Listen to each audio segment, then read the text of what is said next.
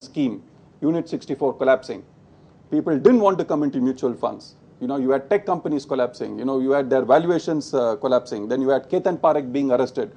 So there was a whole lot of bad news about equities in the year 2000. And in 2001, you had 9/11.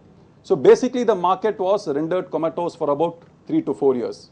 For reasons that investors didn't want to ever come into the equity market. There was simply no risk appetite, because there were far too many reasons to tell you to stay away from the market at that point in time. So basically, because of those things, investors did not enter when the markets were at their historical lows. Can you imagine the market Sensex? How much is it today? 18,000 plus? 18,000, around 18,000. Was at a 2,000 plus in just about 8 years back. Okay. Today, if you tell 2,000 plus, I'm giving you a 1-day window to buy into the Sensex at 2,500. All of us will sell our house. We'll go to the register office, sell our house, sell all the asset classes, pull even the gold chain from our wife's neck, tell this is the time to enter the equity market. Just a 1-day window.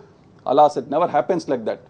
Okay, there's no more windows of bargains available in the equity market, but it's only because of this. We take too much of baggage from the last economic cycle.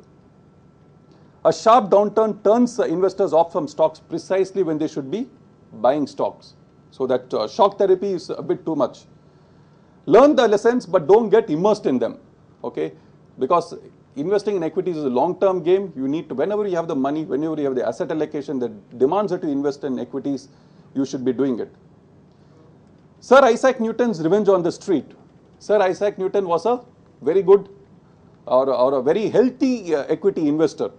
Okay, he made a lot of money in one of the stocks called the South Sea Company. The South Sea Company was a craze in the 17th century. So from the year, I think 1620, 1630 types, it was a craze.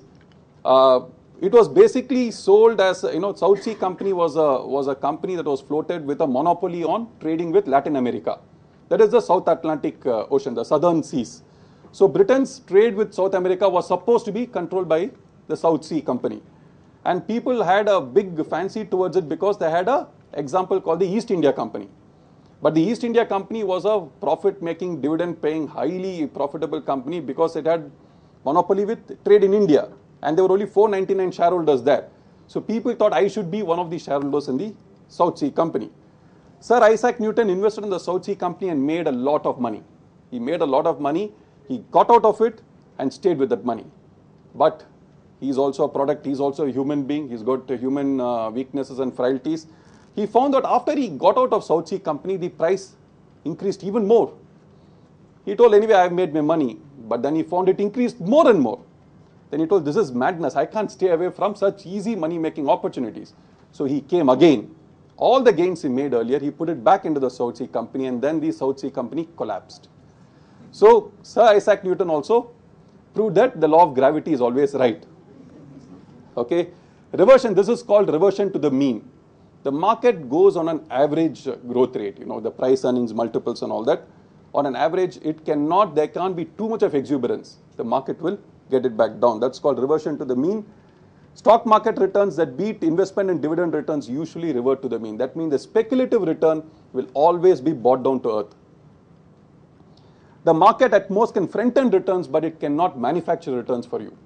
So if the economy is growing at 9%, inflation is 6%, then your nominal rate of growth is 15%. If someone is going to tell you that stocks are going to give 30% returns, treat it with some skepticism.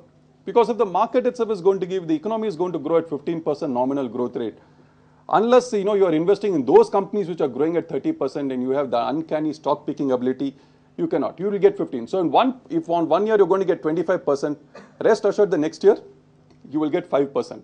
So that is what is called revertal to mean.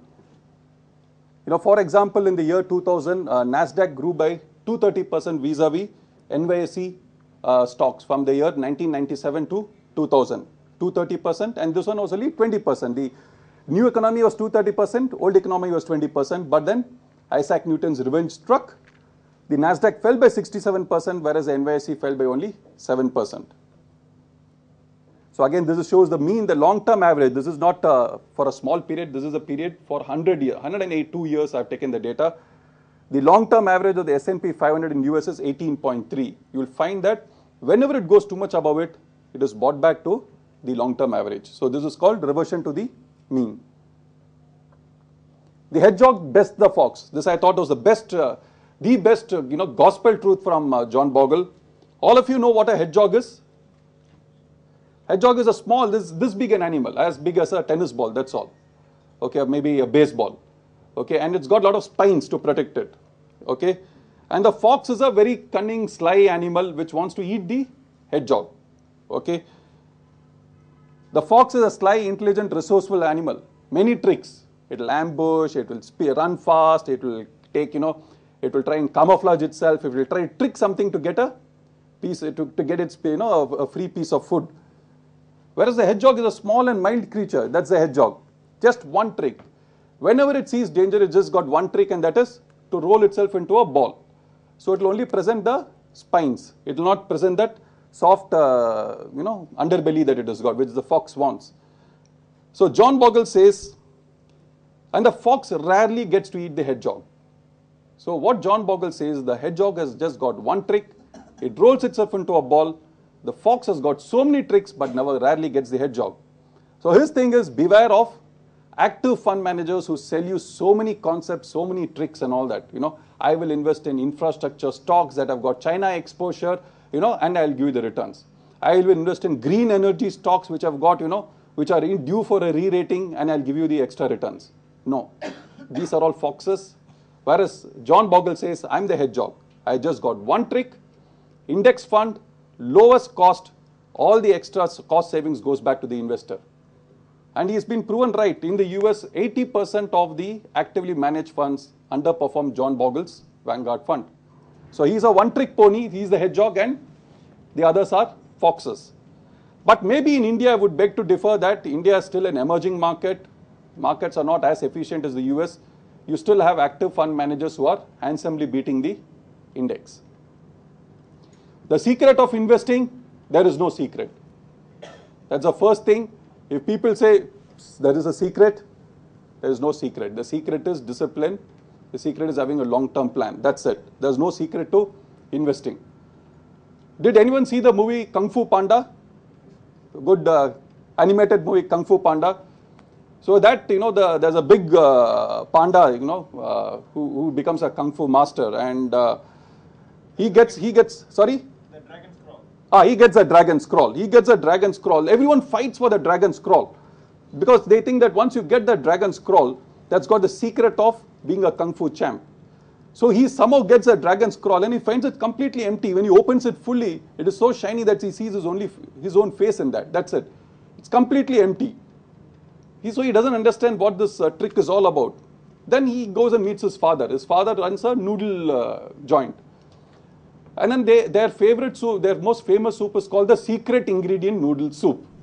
So then the villain is on his way to the village, and it is catastrophic because the villain is an ultimate Kung Fu champ. There's a snow leopard who's the ultimate Kung Fu champ who's going to ruin the village. So they all get ready to move out from the village.